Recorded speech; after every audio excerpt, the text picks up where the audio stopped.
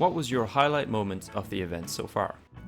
Well, basically the final 2 play days. It was just very consistent of me, and yeah, I was struggling with a bit of an illness, but I somehow pulled through and pulled together like decent matches, so I was very happy with that.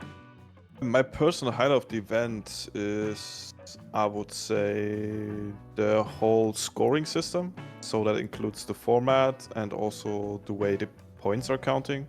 I really appreciate that there's like points for the fastest lap, for example. I think that's a cool idea, and also points, obviously, depending on your result overall, and the reverse cup mode. Just that combo, I think I really enjoyed that the most, or that gave me the biggest wow effect, to be fair. Highlight event for me, there were like many highlight events. Hard to mention like one single thing because I had a lot of fun in the matches, and every single time I played was actually, you know, really fun, especially because I was streaming it. So it was nice to see like the chat cheering it up and stuff. One round that I remember was when I had my match in the group stage against Epos. Epos had, as he said himself, the match of his life. He was really dominant. And in one round on Mahoraga, I managed to beat him. And that was kind of hype in the chat. It was like 1 out of 20 where I was ahead of him and not the opposite way. So that was a little bit of a highlight. But yeah, in general, I just enjoyed playing it a lot. So yeah, but that was one thing I can remember. I think the Stuff Epos match was pretty good. The general moment, the entire match is a moment, but yeah, that was a good match. My personal favourite moment for me probably was honestly just qualifying for playoffs. To be honest, I was on the back foot going into it, so yeah, I wanted to make sure I could get there. To be honest, so when I played good in my first match, I managed to win the match against, I think it was Master Nico and Betitos. I managed to win that with a couple of, I think it was a couple of fastest match points as well. I knew that would set me in good stead. So, and then the match afterwards with Epos, Boz, and Josh was a load of fun. Because of that, there was a bit of pressure taken off me. But to be honest, I wonder if Ender will say the same. But to be honest, it's somewhat loosely related to the question. But my favourite match was with Ender and Akros and Grenadi. It was just a load of fun. I didn't care that I was playing good. I wasn't playing good. Like it was just a load of fun. It was just great. It was really fun. So yeah, I think those two would be kind of my outstanding favourite moments of this league so far. Not necessarily a highlight, but probably a very fun match that I've had. Acros, Grenade, and Wizzy. Probably the funniest TM match I've ever had. If I had one highlight of Beacon this season, it's definitely this. Just goofing around in chat and having fun with the other players. Definitely something to remember. I think I don't really have one highlight. I think for me it's that I've kind of discovered a new way of preparing myself for matches. I think before kind of Beacon as a whole, I was kind of known as the fast and crashy player, I would say. But as Beacon has kind of developed, I think I've really gotten good at driving consistent and also driving really good times consistently. So I think the main highlight for me is just kind of seeing myself improve in that way. I think my highlight is just the big match, man. I played so good throughout the entirety of the big match, and I don't know. For me, performance-wise, it's just the best that I've done, right? And so I was fucking gassed, man. I was gassing myself up the entire day afterward. Because, I mean, 20 rounds on these maps without crashes and fast times, man, I was gassed. I was so happy. During the league phase, which player surprised you the most and why? I mean, obvious surprises. I mean, I don't really know if it's even a surprise anymore, but I was third in the group stage, and ahead of me only were Stufts and Epos, and yeah, even though they were not even that far away point-wise, they were like on a whole nother level in my opinion in comparison to all of the other players. I won every single of my group stage matches against except for both of them basically. Like in the match I played against them, I had honestly no chance. I was just fighting for second place, so their performance was really, really insane. But I also knew that they were grinding a lot, so I kind of already expected it. Other than that, people like Josh, for example, surprised me a lot. Even though he luckily or like unluckily didn't made it to the grand final now, or like to the playoffs. I think he missed it by 1 point, which was really unfortunate to see. But it was really cool to see some players that you wouldn't really expect to do so good actually grinding a lot and keeping up with the very best players. So Josh was a good example for that. Bospers was also a really good opponent in week 1. So yeah, in general, it's just cool to see that many people were like putting in a lot of effort and doing really good.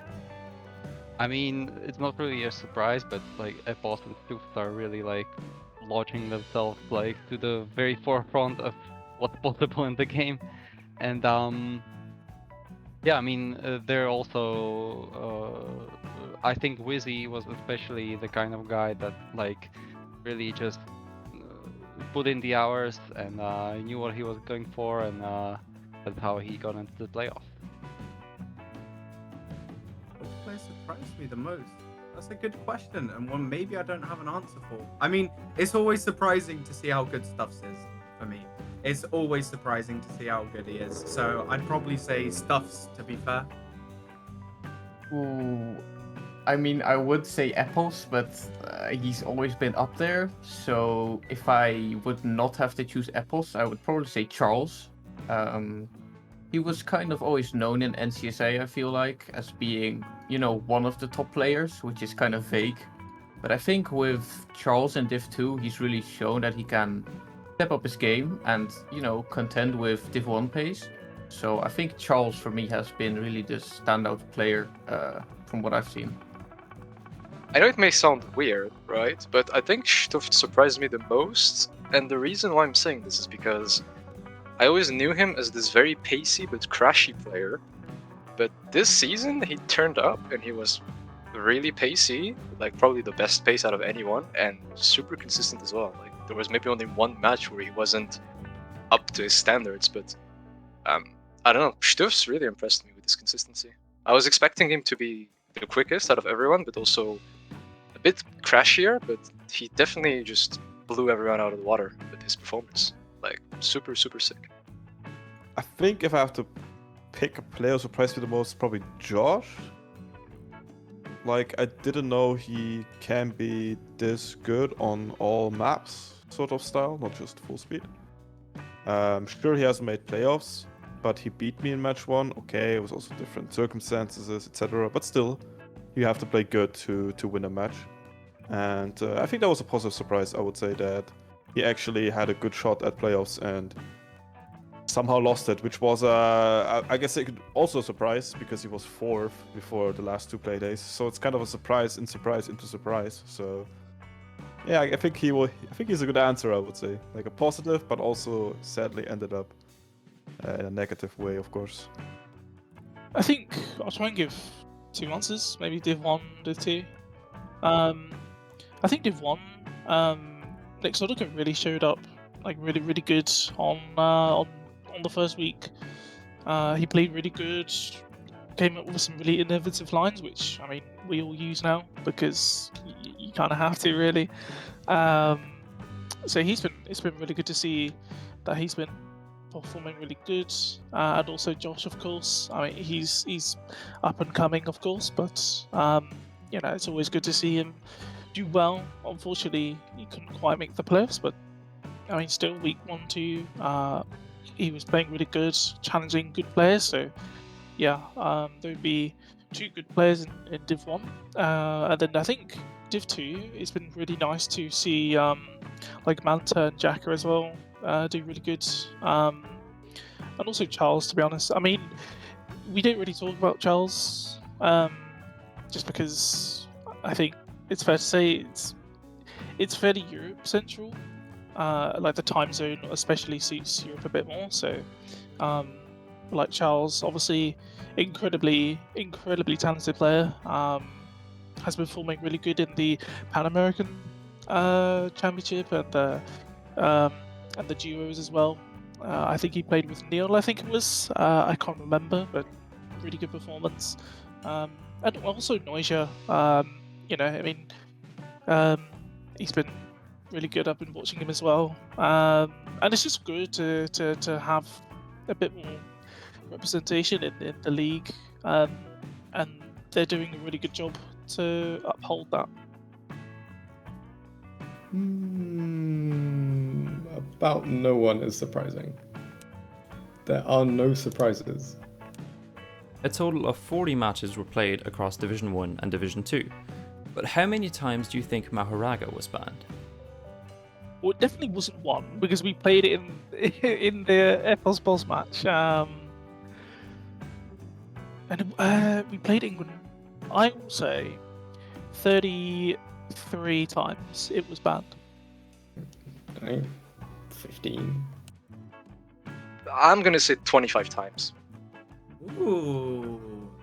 Wait, so it was done 40 matches, right? I'm gonna guess it was banned 31 times. Let's go for. Ooh, that is difficult. I think in the matches that I played, out of the 5 ones, there was only banned once. So the thing is, though, I never banned it. So I think, like, if you do the maths, technically, if it was banned in 1 out of 5 matches for me, it should have banned in 8 matches overall.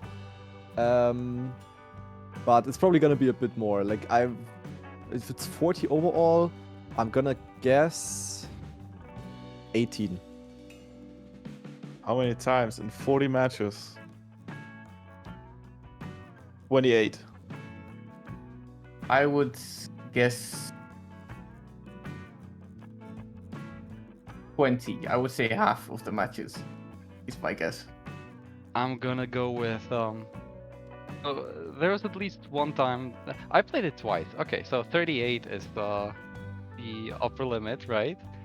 But I'm gonna go with 23.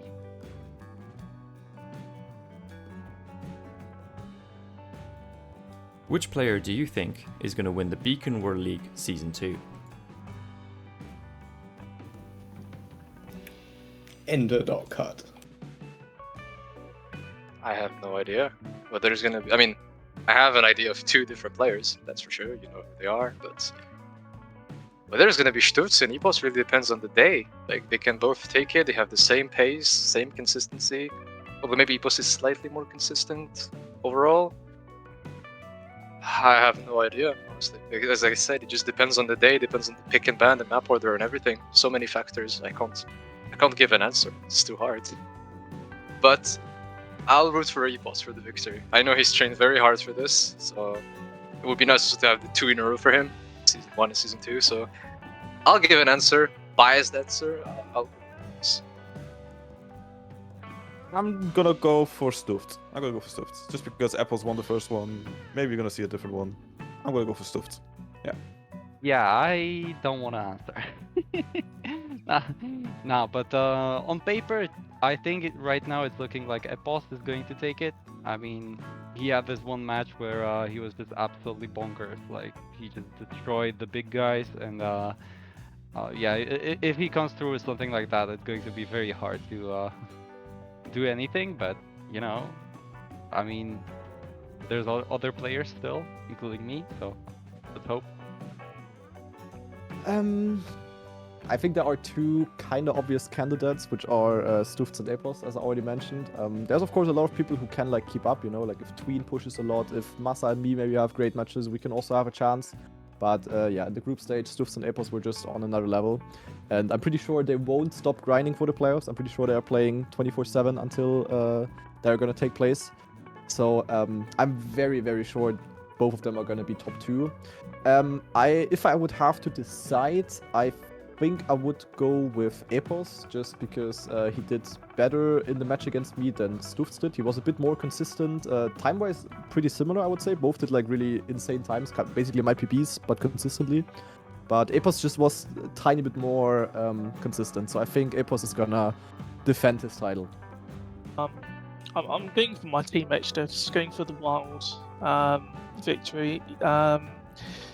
But listen, I want all other 7 players to win. I don't want anyone to lose, and you know, so it's got to be. But I'll go for Steffs. I think straight answer Epos. I think I would put myself in contention if I was under normal circumstances, but I'm not going to be playing the playoffs from home. So I think it will be a very clear Apples win, especially since I think big players, Massa and Grenadi, are not taking it like 100%. I think they'll still prepare a bit, but I think if Bossbest doesn't show up and if Massa and Grenadi don't full train, it's a very convincing win for me. Myself. Don't miss the Beacon World League Season 2 playoffs this Saturday at 3 p.m. CEST live on twitch.tv/beacongg_.